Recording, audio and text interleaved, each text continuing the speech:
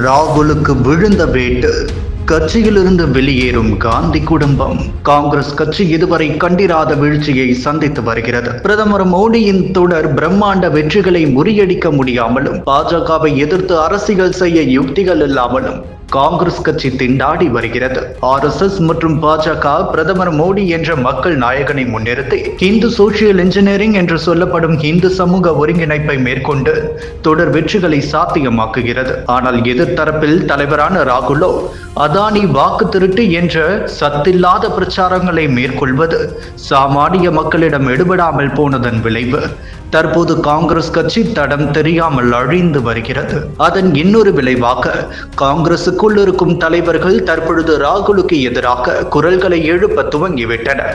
சமீபத்தில் காங்கிரஸ் MP இம்ரான் மசூத் என்பவர் பிரியங்கா காந்தியிடம் முன்னாள் பிரதமர் இந்திரா காந்தியின் துணிச்சல் உள்ளது, ஆகையால் அவரை பிரதமர் வேட்பாளராக அறிவிக்க வேண்டும் என்ற கோரிக்கையை முன்வைத்தார்.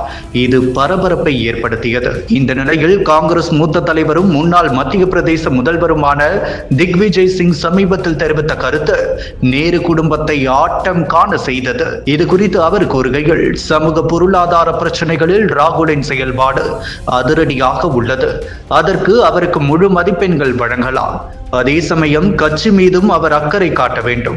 தேர்தல் ஆணையம் வாக்காளர் பட்டியலில் சீர்திருத்தம் செய்தது போல காங்கிரஸ் கட்சிக்குள்ளேயும் ராகுல் சீர்திருத்தம் செய்ய வேண்டும். முக்கியமாக கட்சிக்குள் அதிகாரம் பரவலாக்கப்பட வேண்டும். இதை உங்களால் நிச்சயம் செய்ய முடியும்.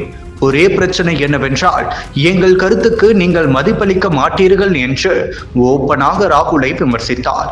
இந்நிலையில் அதற்கு அடுத்த சரவெடியை திக்விஜய் சிங் போட்டுள்ளார். சமூக வலைதளத்தில் பிரதமர் நரேந்திர மோடி, அத்வானி உள்ளிட்டோர் இடம்பெற்றுள்ள பழைய புகைப்படத்தை பதிவிட்ட திக்விஜய் சிங், RSS அமைப்பின் கடைநிலை தொண்டர்கள் ஜன் சங்கத்தின் கட்டமைப்பு பிரமிட்டுகிறது.